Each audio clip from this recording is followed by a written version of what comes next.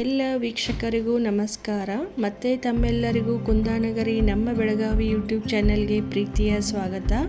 ವೀಕ್ಷಕರೇ, ಇವತ್ತಿನ ಈ ವಿಡಿಯೋದಲ್ಲಿ ನಾವು ಪ್ರತಿದಿನ ಮಕ್ಕಳಿಗೆ ಚಪಾತಿ ರೋಟಿ ತಿಂದು ಬೇಜಾರು ಅನ್ನುವಾಗ ಅವರಿಗೆ ಡಿಫ್ರೆಂಟಾಗಿ ಹಾಗೂ ಬಹಳನೇ ಹೆಲ್ದಿಯಾಗಿ ಏನಾದರೂ ಡಿಫ್ರೆಂಟಾಗಿ ಮಾಡಿಕೊಡಬೇಕು ಅಂದಾಗ ಇದನ್ನು ಖಂಡಿತವಾಗ್ಲೂ ಟ್ರೈ ಮಾಡಿ. ಇದಕ್ಕೆ ನೀವು ಚಪಾತಿನೂ ಅನ್ಬೋದು ಅಥವಾ ಪರೋಟಾನೂ ಅನ್ಬೋದು.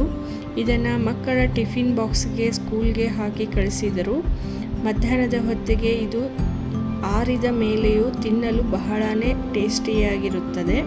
ಮಕ್ಕಳು ಇಷ್ಟಪಟ್ಟು ತಿನ್ನುತ್ತಾರೆ ಹಾಗೂ ಆರೋಗ್ಯಕರವಾಗಿರುತ್ತದೆ. ಇದನ್ನು ಮಾಡಲು ನಮಗೆ ಮೊದಲು ಒಂದು ಪಾತ್ರೆಯಲ್ಲಿ ಅಳತೆ ಮಾಡಿ 1 ಕಪ್ನಷ್ಟು ಗೋಧಿ ಹಿಟ್ಟನ್ನು, ಮನೆಯಲ್ಲೇ ಬೀಸಿರುವಂಥ ಗೋಧಿ ಹಿಟ್ಟು, ಇದು ಅಂಗಡಿಯಿಂದ ತಂದಿರೋದು ನಡೆಯುತ್ತೆ. ಹಾಗೆ ಅದೇ ಅಳತೆಯ ಕಪ್ನಿಂದ ಕಡಲೆ ಹಿಟ್ಟನ್ನು ಎರಡನ್ನೂ ಮಿಕ್ಸ್ ಮಾಡಿ ಇದಕ್ಕೆ 2 ಚಿಕ್ಕ ಸೈಜ್ನ ಈರುಳ್ಳಿನ ಸಣ್ಣ ಹೆಂಚಿ ತೆಗೆದುಕೊಂಡು 1 ಮೀಡಿಯಂ ಸೈಜ್ನ ಕ್ಯಾರೆಟನ್ನು ತುರಿದು ತೆಗೆದುಕೊಂಡಿದ್ದೇನೆ. ಸ್ವಲ್ಪ ಸಬ್ಬಸಿಗೆ ಸೊಪ್ಪು ಸಣ್ಣಗೆ ಹೆಂಚಿಟ್ಕೊಂಡಿರುವಂಥದ್ದು, ಹಾಗೆ ಸ್ವಲ್ಪ ಕೊತ್ತಂಬರಿ ಸೊಪ್ಪು ಚೆನ್ನಾಗಿ ತೊಳೆದು ಸಣ್ಣಗೆ ಹೆಂಚಿಟ್ಕೋಬೇಕು. ಹಾಗೆ ಒಂದು 3-4 ಹಸಿಮೆಣಸಿನಕಾಯಿ ಹಾಗೂ ಒಂದು 4-5 ಬೆಳ್ಳುಳ್ಳಿ ಹೆಸಳನ್ನು ಹಾಕಿ ರುಬ್ಕೊಂಡಿರುವಂಥ ಹಸಿ ಖಾರ, ಹಾಗೆ ಪ್ರೋಟೀನ್ಗಾಗಿ ಸ್ವಲ್ಪ ನಾನು ಪನ್ನೀರನ್ನು ತುರಿದು ಹಾಕಿದ್ದೇನೆ. ಈಗ ನಾನು ಇದಕ್ಕೆ ಸ್ವಲ್ಪ ಜೀರಿಗೆ,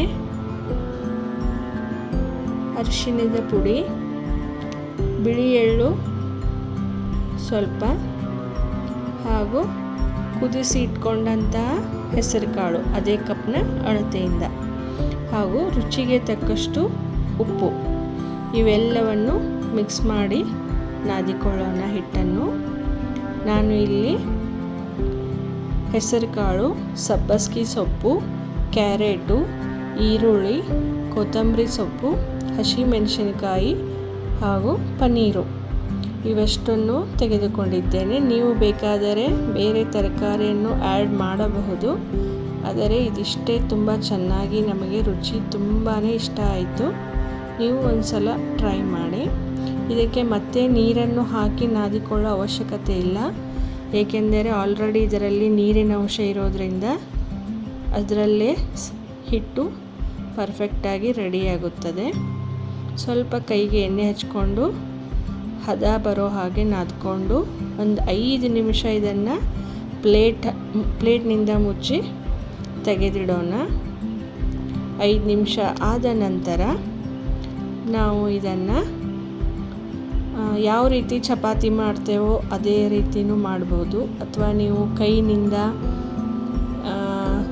ಪ್ಲಾಸ್ಟಿಕ್ ಹಾಕಿ ಮಾಡ್ತೀವಿ ಅಂದರೂ ಹಾಗೂ ಮಾಡಬಹುದು, ನಡೆಯುತ್ತೆ. ನಿಮಗೆ ಹೇಗೆ ಅಡ್ಜಸ್ಟ್ ಆಗುತ್ತೋ ಹಾಗೆ ಮಾಡ್ಕೊಳ್ಳಿ. ನಾನಿಲ್ಲಿ 2 ಥರ ಮಾಡಿ ತೋರಿಸ್ತೀನಿ ನಿಮಗೆ. ನಾವು ಒಂದು ಚಪಾತಿ ಮಾಡಲು ಎಷ್ಟು ಹಿಟ್ಟನ್ನು ತಗೋತೀವಿ ಅಷ್ಟೇ ಅಳತೆಯಿಂದ ಹಿಟ್ಟನ್ನು ತಗೋಬೇಕು. ನಾನಿಲ್ಲಿ ಯಾವುದೇ ಹಿಟ್ಟು ಹಚ್ಚಿಲ್ಲ, ಒಣ ಹಿಟ್ಟು. ಸ್ವಲ್ಪ ಚೆನ್ನಾಗಿ ಕಾಣಲಿ ಅಂತ ಮೇಲೆ ಕೊತ್ತಂಬರಿ ಸೊಪ್ಪು, ಸ್ವಲ್ಪ ಬಿಳಿ ಎಳ್ಳನ್ನು ಹಾಕಿ ಮೊದಲು ಕೈಗೆ ಸ್ವಲ್ಪ ಎಣ್ಣೆ ಹಚ್ಕೊಂಡು ಎಷ್ಟು ಸಾಧ್ಯ ಅಷ್ಟು ರೌಂಡ್ ಶೇಪ್ನಲ್ಲಿ ಈ ರೀತಿ ಮಾಡ್ಕೋಬೇಕು. ನಿಮಗೆ ಇನ್ನೂ ತಿಳುವಾಗಿ ಜಾಸ್ತಿ ತಿಳುಬೇಕು ಅನ್ನೋರು ಲಟ್ಟುಣಿಕೆ ಸಹಾಯದಿಂದನೂ ನೀವು ಇನ್ನೂ ದೊಡ್ಡದಾಗಿ ಮಾಡ್ಕೋಬೋದು.